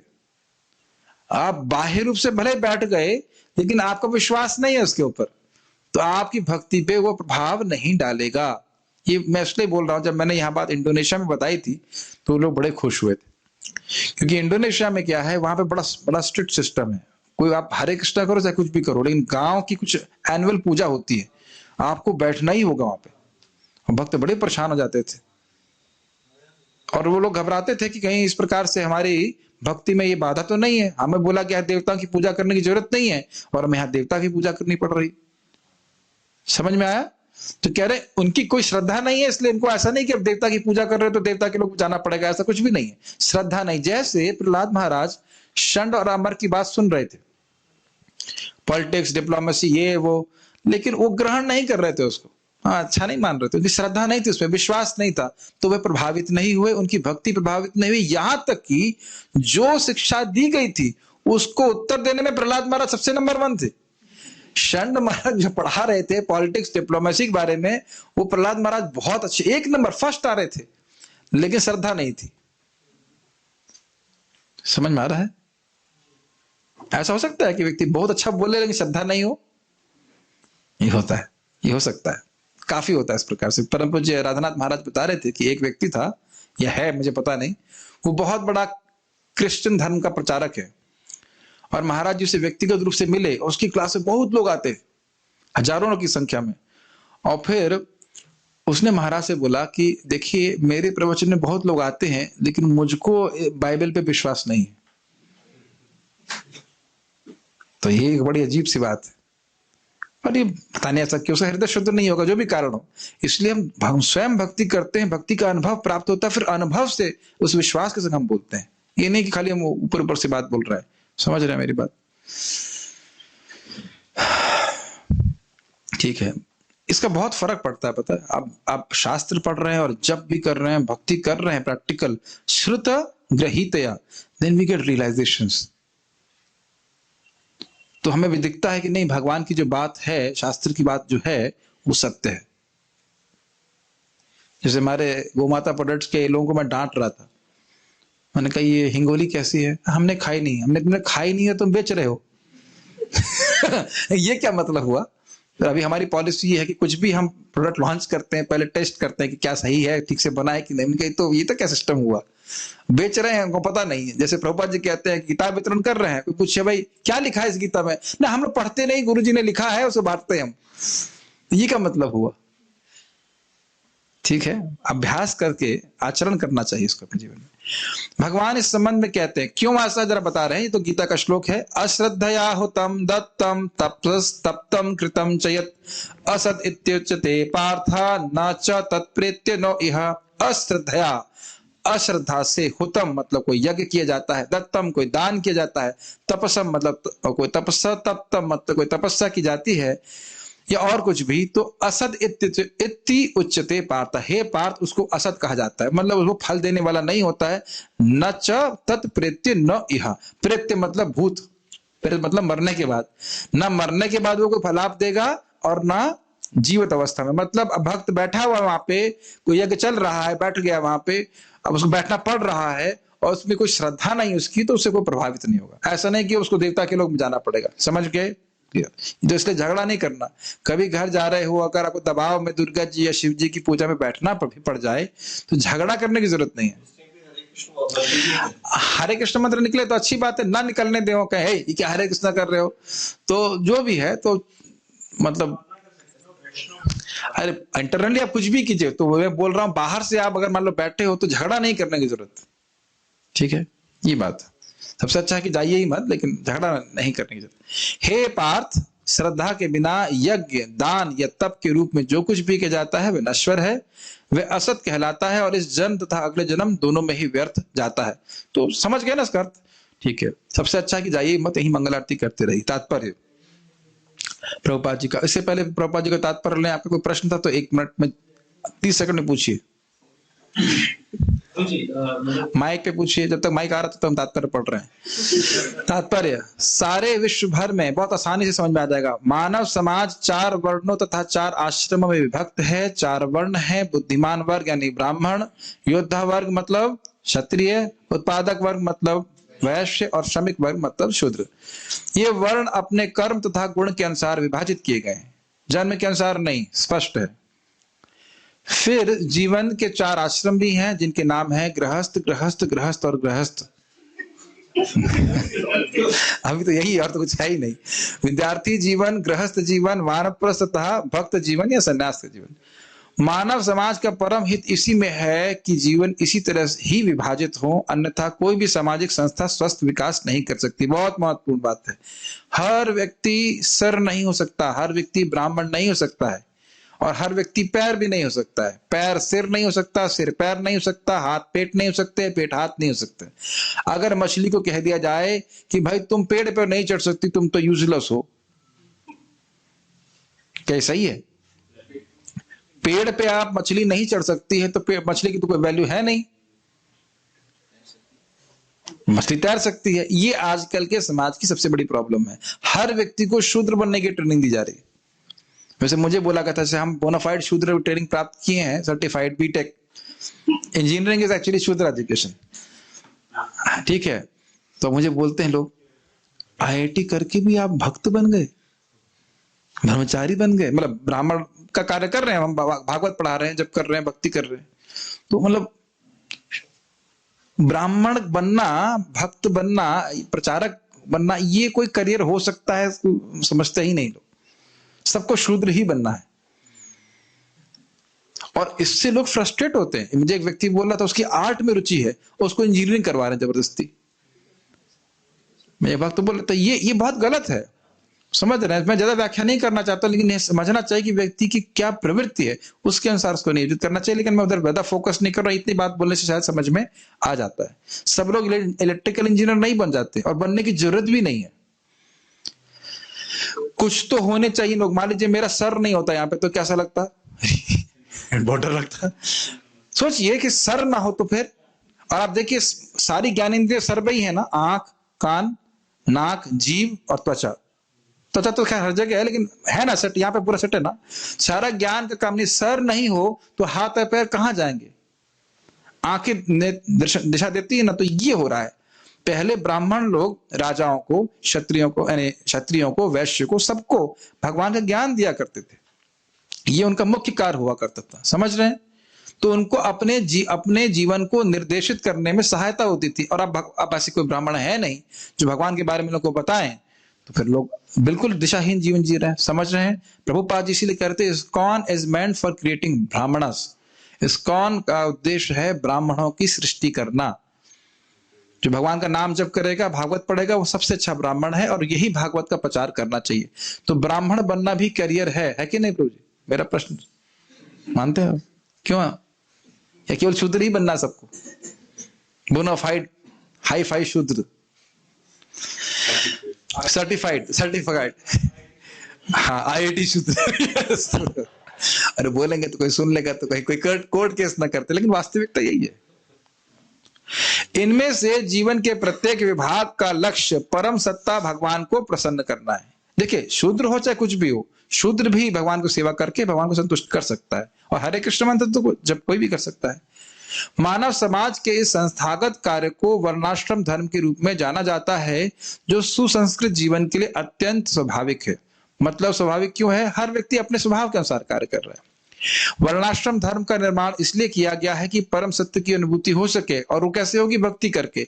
तो व्यक्ति अपने अपने वृत्ति परख ब्राह्मण, क्षत्रिय, वैश्य, शूद्र के अनुसार कार्य करे, लेकिन वो सीखे कि कैसे अपने कर्मों से भगवान को संतुष्ट कर सकते हैं। ये बात पकड़ के चलिएगा, इसका लिंक होगा अगले श्लोक से जो हम कल देखेंगे। इसका निर्माण एक विभाग का दूसरे पर कृत्रिम आधिपत्य के लिए नहीं किया गया। ऐसा नहीं है कि ब्राह्मण हो गया कोई व्यक्ति और क्षत्रिय और वैश्य और शूद्रों को दबाएगा, उनका शोषण करेगा, ऐसा नहीं होता है। ये क्षत्रिय है वो अन्यों का शोषण करेगा, नहीं। जैसे हमारा हाथ हमारे शरीर का शोषण नहीं करता है, हमारा पेट हमारा शरीर का शोषण नहीं करता है, सिर हमारे शरीर का शोषण नहीं करता। सभी लोग शरीर की सेवा करने के लिए हैं। क्लियर? तो ब्राह्मण, क्षत्रिय, वैश्य, शूद्र जो कुछ भी हैं, वह सब भगवान श्री कृष्ण की सेवा करने के लिए।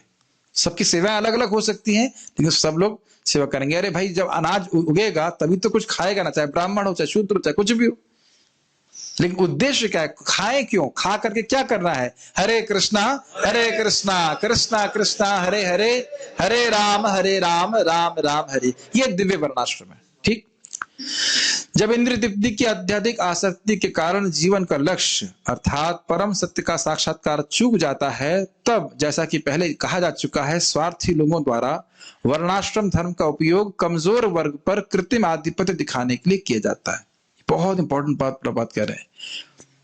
प्रभुपाद इस बात को बोलते हैं किस प्रकार से। देखिए, भगवान ब्राह्मण लोग कभी बता ही नहीं रहे हैं कि भगवान की भक्ति करनी चाहिए। बताया किसी ने आज तक? नहीं बताता ना कि हरे कृष्ण मंत्र करो, भक्ति करो। श्रील प्रभुपाद जी इसीलिए कहते हैं, देखो तुम लोग प्रीचिंग बंद कर दोगे तो कृष्ण सारी सुविधा बंद कर देंगे। इस्कॉन में हम लोग बहुत सुविधा प्राप्त है, इज इट नॉट? अन्य किसी आप जगह चले जाइए, इतनी सुविधा साधुओं को नहीं प्राप्त है। लेकिन क्यों प्राप्त है? क्योंकि हम सर्वश्रेष्ठ कार्य कर रहे हैं, सभी को भगवान की भक्ति के बारे में बता रहे हैं।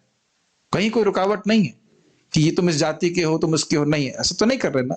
ये भक्तों का कर्तव्य है। प्रभुपाद जी बहुत सुंदर बात बोलते हैं कि भगवान की का मुख है अग्नि, अग्नि में आहुति देते हैं, भगवान विष्णु को प्राप्त होती है। उसी प्रकार से वैष्णवों का, ब्राह्मणों का मुख भी अग्नि के समान है। समझ रहे हैं? भक्तों के मुख में आप देते हो, भगवान को ग्रहण कर, भगवान को पास जाता है। जैसे पोस्ट बॉक्स में आप लेटर डालते हैं तो पहुंच जाता है अपने स्थान पे, उसी प्रकार से। लेकिन प्रभुपाद जी बहुत अच्छी बात बोले, one should not be a fire without light. समझ में आया? ये नहीं है कि हम लोग वैष्णव हो गए, खा लिए भगवान के बिहाफ पर, लेकिन भगवान के बिहाफ मतलब भगवान की तरफ से बोले नहीं भगवान के बारे में। अग्नि में आहुति देते हैं तो अग्नि से जब प्रकाश उत्पन्न होता है, उससे ठंड और अंधकार नष्ट होता है कि नहीं होता? तो जब भगवान के भक्तों को कुछ खिलाया जा रहा है, भोग प्रसाद जो भी कुछ मिल रहा है, समाज दे रहा है, तो हमारा भी कर्तव्य है कि हम भगवान के बारे में लोगों को बताएं। हम बताएंगे नहीं तो कैसे मालूम चलेगा? खाली स्वाहा आहा करके चले जाएंगे तो वैसे ब्राह्मण नहीं बनना है हमको। ब्राह्मणों का मतलब ये वो बहुत कम ग्रहण करेगा और देगा बहुत ज्यादा, ये समझ लेना चाहिए। Make sense? तो वहां पे कोई कृत्रिम आधिपत्य जताने का कोई मतलब ही नहीं होता है, कंप्लीटली सेल्फलेस। एक छोटा सा उदाहरण आपको बताऊंगा, चाणक्य पंडित की कहानी आप जानते ही होंगे। चाणक्य पंडित के सलाह से, क्या नाम था उनका? चंद्रगुप्त जी। हाँ, चंद्रगुप्त मौर्य वंश की स्थापना कर दी, केवल एक ब्राह्मण की सलाह से, सब जानते हैं इस बात को, और उनके प्रधानमंत्री थे, यह भी आप जानते हो। एक बार एक व्यक्ति चाणक्य पंडित जी से मिलने के लिए आया और उस समय वो कुछ कार्य कर रहे थे। उन्होंने कहा मैं आपकी सबसे बात करना चाहता हूं। तो उस समय दीपक होता था, आप जानते हो उस कथा को, तो दीपक जल रहा था और उन्होंने कहा एक मिनट रुकिए, इस दीपक को जरा वो बंद कर। उस दीपक को बंद किए, फिर दूसरे दीपक को जलाए। उसने कहा अरे ये क्यों किया आपने? ने कहा देखिए पहले मैं राज कार्य कर रहा था, कुछ राज कार्य के संबंध में कुछ कार्य कर रहा था, इसलिए वो जो तेल था वो राजा का तेल था, उसलिए वो दीपक जल रहा था। अभी मैं आपसे बात कर रहा हूं, मेरी व्यक्तिगत बात है, तो मेरा व्यक्तिगत तेज जलना चाहिए। इस प्रकार से क्यों? तभी ऐसा व्यक्ति राजा को निष्पक्ष रूप से सही सलाह दे सकता है। और अगर उनके उस पर वो आश्रित होने लग गया तो फिर वह नहीं कर पाएगा, नहीं राजा को ठीक से ज्ञान दे पाएगा। ठीक, तो छोटी सी बात मैं बोल रहा हूं, ये आधिपत्य जताने के लिए नहीं, अपितु सबको सही दिशा देने के लिए ब्राह्मण होते हैं। कलयुग में अर्थात कलह प्रधान युग में यह कृत्रिम आधिपत्य पहले से चालू है, किंतु जो लोग सयाने हैं वे जानते हैं कि वर्ण तथा आश्रम विभाग सहज सामाजिक व्यवहार तथा उच्च विचार युक्त आत्म साक्षात्कार के लिए है, अन्य किसी प्रयोजन के लिए नहीं। मतलब कोई भी व्यक्ति अपनी इंद्रिय तृप्ति को लक्ष्य ना बनाए वर्णाश्रम के द्वारा, अपितु भगवान को संतुष्ट करने के लिए बनाए। यहाँ पर भागवत का कथन है कि जीवन का सर्वोच्च लक्ष्य या वर्णाश्रम धर्म की चरम सिद्धि यह है कि हम सब मिलकर परमेश्वर को प्रसन्न रखें। सबके कार्य अलग अलग हो सकते हैं, लेकिन मंगल आरती में हमारे मंदिर में किसी को जाने की छूट कोई रोक है क्या? सभी आ सकते हैं जो आना चाहते हैं। एटलीस्ट हरे कृष्ण मंत्र करने में कोई रोक है? आपको माला मिली नहीं मिली तो हम मिल गए, कोई कोई रुकावट नहीं ना। ठीक, इसकी पुष्टि प्रसाद खाने में कोई रुकावट है? सभी लोग खा सकते हैं। तब देख रहे हैं लोग समझ नहीं पाते हैं इस्कॉन कितनी उदार है, इसमें जाति पाति का कोई भेद नहीं, सब लोग भगवान की भक्ति कर सकते हैं। Is it not? इसकी पुष्टि भगवत गीता में भी हुई है। 4.13 क्या है जरा बताएंगे कोई? मैंने ध्यान नहीं दिया इस पर। 4.13 क्या है? ठीक है, तो उम्मीद है कि आप लोग समझ में आया। अतः पुंबी द्विजा श्रेष्ठा वर्णाश्रम विभागशः स्वानिष्ठ धर्मस्य संसिद्धिर हरितोषणम। तो भगवान की भक्ति करके ही सारी सिद्धि प्राप्त होती है और भगवान भक्ति से प्रसन्न होते हैं, ये हमने सीखा। और वर्णाश्रम की व्यवस्था जितने भी विभाग हो हैं उससे उद्देश्य यही है कि लोग भगवान को संतुष्ट करें। अब भगवान को संतुष्ट कैसे कर सकते हैं वो हम अगले श्लोक में देखेंगे, आज नहीं होगा, वो कल होगा। हम यहाँ कुछ प्रश्न देख लेते हैं। किसी प्रश्न का चतुर्वर्ण मया सृष्टम गुणाशकर्म विभागशः विद्य कर्तारम अव्ययम। ठीक है, ओके। अच्छा, जो भोग हमारे लिए वर्जित है तो क्या, तो आप बार बार भोग की बात क्यों करते हैं? प्रश्न समझ में नहीं आया हमें। जब भोग हमारे लिए वर्जित है तो आप बार बार भोग की बात क्यों करते हैं? नहीं समझ में आया प्रश्न। 11 और 12 में अंतर बताएं। 11 और 12 में, अभी तो 13 चल रहा है ना, अभी तो 13 में। अब कैसे, आप पहले पूछना चाहिए था प्रश्न आपको। प्रभु जी, जैसे कोई अपने माता पिता से अलग होकर भक्ति करता है और उनकी सेवा नहीं करता तो ये धर्म होगा क्या? कृष्ण सेवा को स्वीकारते हैं क्या? हाँ। त्यक्त्वा स्वधर्मम चरणाम भुजम हरे भजन न पक्वोत पतित तो यदि यत्र क्वाभद्रम अबुदमुष्यकिम कोवार्थ आप तो भजताम सुधर्मतः। अपने धर्म को त्याग करके भी अगर कोई कृष्ण की शरण लेता है तो उसका नुकसान क्या हुआ?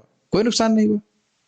अब ये भक्ति संदर्भ से सुनिए, एक लड़का अगर सन्यासी ब्रह्मचारी हो गया तो उसके कुल के कुल उतर जाते हैं। एक माता पिता की तो बात छोड़िए, इतना आसान से ना होता है।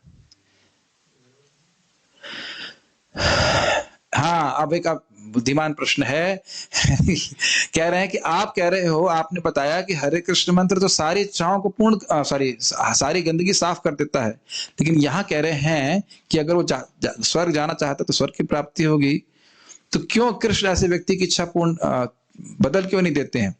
और वह उसको क्यों नहीं श्रद्धा दे देते हैं कि भक्ति सर्वश्रेष्ठ है? ये बहुत अच्छा प्रश्न है। देखिए, अगर कोई व्यक्ति भगवान के स्वर्ग जाना चाहता है, भगवान स्वर्ग की प्राप्ति करना चाहता है, तो उसको वही बात अच्छी लगेगी।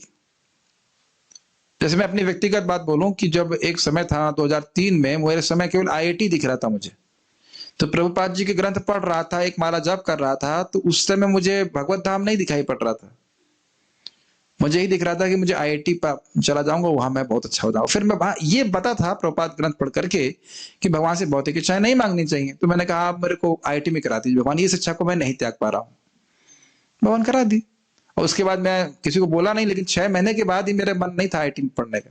और भगवत ने बोला पूरा कर लो किसी तरह से। चलो कर लेते हैं किसी तरह से। Does it make sense? तो सत्यम दिशति अर्थितो अर्थ निर्णाम, भगवान, ये सत्य बात है कि भगवान जो के पास जो अर्थ लेके व्यक्ति आता है भगवान निश्चित पूरा करते हैं। नैवार्थ तो ये तो पुनरर्थितायतः, लेकिन वो ऐसे नहीं देते हैं जिससे दोबारा उस अर्थ की याचना करे। तो आपकी बात बिल्कुल सही है।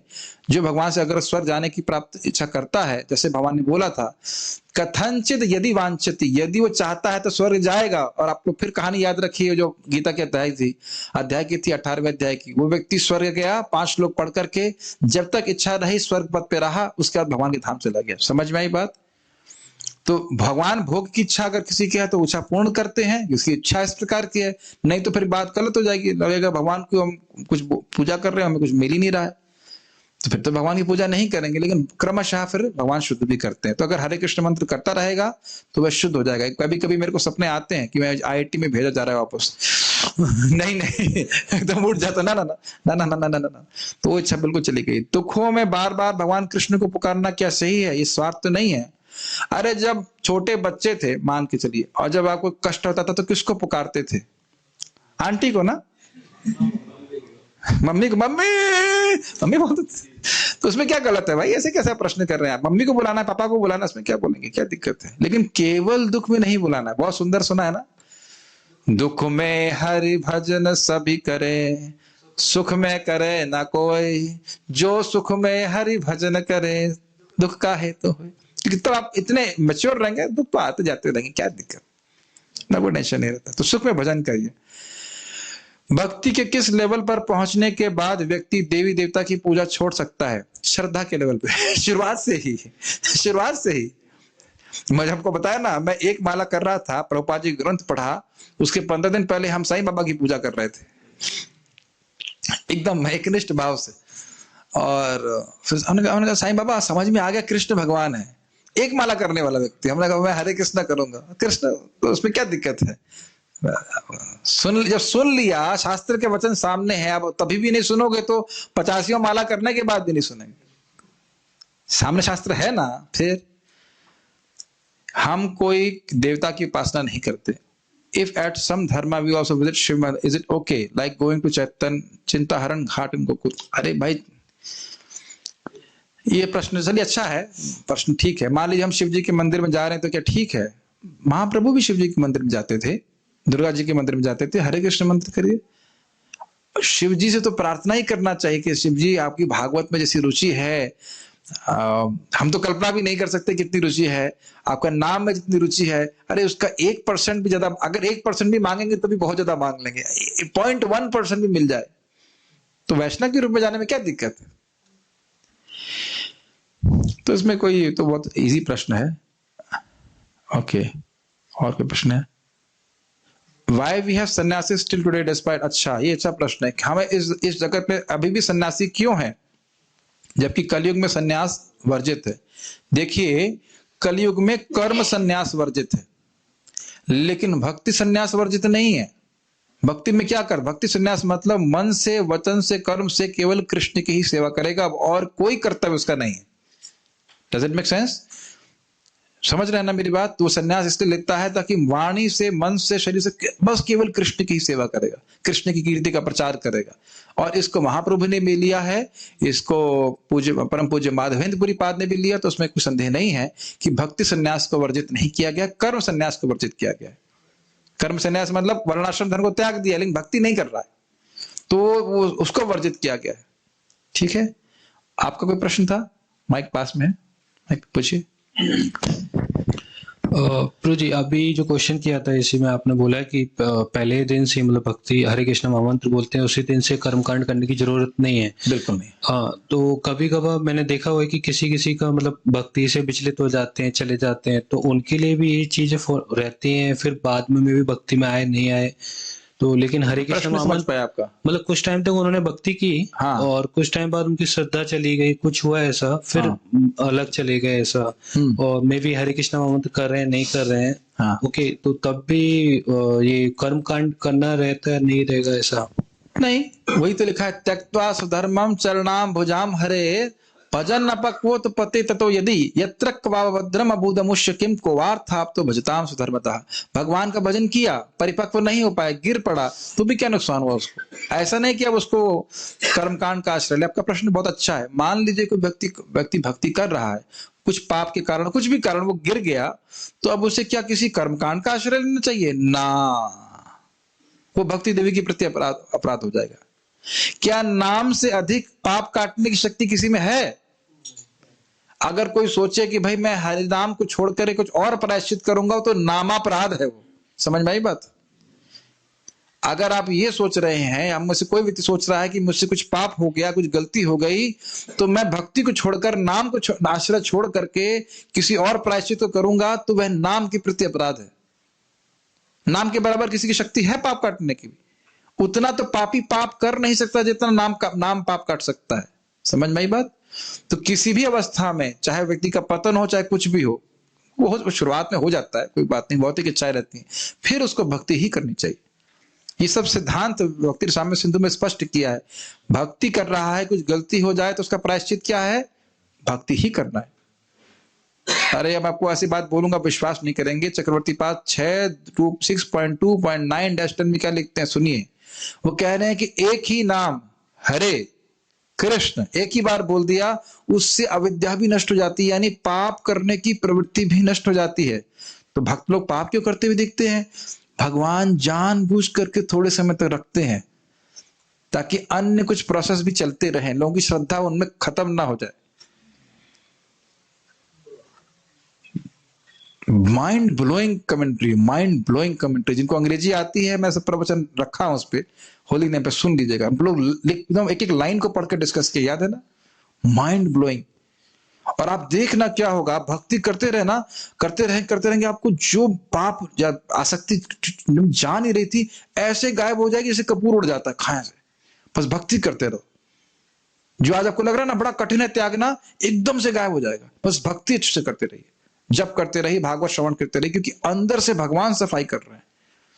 थोड़ी सी धूल निकलेगी, कचरा निकलेगा, लेकिन अगर भक्ति करते रहे तो ऐसा साफ हो जाएगा कि आपको पता ही नहीं चलेगा। जैसे कहते हैं ना, गधे के सर से सींग। ये बहुत गंभीर बात बोल रहा हूं। बहुत से भक्त लोग कुछ अपने अनर्थों के संग में वह संघर्ष जरूर कर रहे होंगे, ठीक है ना? लेकिन अगर भक्ति करते रहेंगे तो अनर्थ सारे गायब हो जाएंगे। भगवान का नाम जप करते रहिए, भगवान का प्रसाद खाते रहिए, भागवत श्रवण करते रहिए, सब कुछ। ये स्वयं भागवत में बोला गया है। अनर्थ उपशमो साक्षात भक्ति योगम अधोक्षजे लोकस्य जानतो विद्वांस चक्रे सात्वत संहिताम। ये जितने भी अनर्थ हैं, काम, क्रोध, लोभ, मोह, मद, मात्सर्य, ये सब भक्ति योग के द्वारा पूरी तरह नष्ट हो जाएंगे। कभी निरुत्साहित नहीं होना चाहिए। जितना हम भक्ति कर सके करते रहना चाहिए, सब कचरा साफ हो जाएगी। ठीक है? कोई प्रश्न है? हाँ बताइए। यहाँ कोई और कुछ बोल रहे हैं? Have a question please unmute. प्रश्न आपको लिख करके पूछना पड़ेगा, क्योंकि बोलने मैं उनको बोल रहा हूँ, जूम वाले डिवोटीज को बोल रहा हूँ। ठीक है? हाँ हरे कृष्ण प्रभु जी। बोलिए। प्रभु जी, कृष्ण ने हम मनुष्यों को धरती पर क्यों भेजा है, और मनुष्य जीवन का श्रेय क्या है, परम लक्ष्य क्या है? यही चर्चा तो इसमें अध्याय में हो रही है। भगवान की परम लक्ष्य श्रेय है मनुष्यों के लिए भगवान के चरणों में शुद्ध प्रेम की प्राप्ति करना, और उसको प्राप्ति का साधन है भगवान की भक्ति। यही चर्चा हो रही है इस पूरे अध्याय में। भगवान का नाम जप करे, भगवान की भक्ति करे, और भगवान के चरणों में प्रेम की प्राप्ति कर ले। आज हम भक्ति वृक्ष नहीं कर पाएंगे, आज क्लास ओवर हो गया, तो हम लोग पारायण कर लेते हैं। आज के एकादशी पारायण तो कर ही सकते हैं, और हमारा सेशन जो है 9 बजे समाप्त होना चाहिए। तो उसके बाद भी लोग जप करेंगे, कीर्तन कर सकते हैं। अगर भक्तों को कीर्तन की इच्छा तो कीर्तन कर सकते हैं। ठीक है? So we shall stop our first session here. 1 second.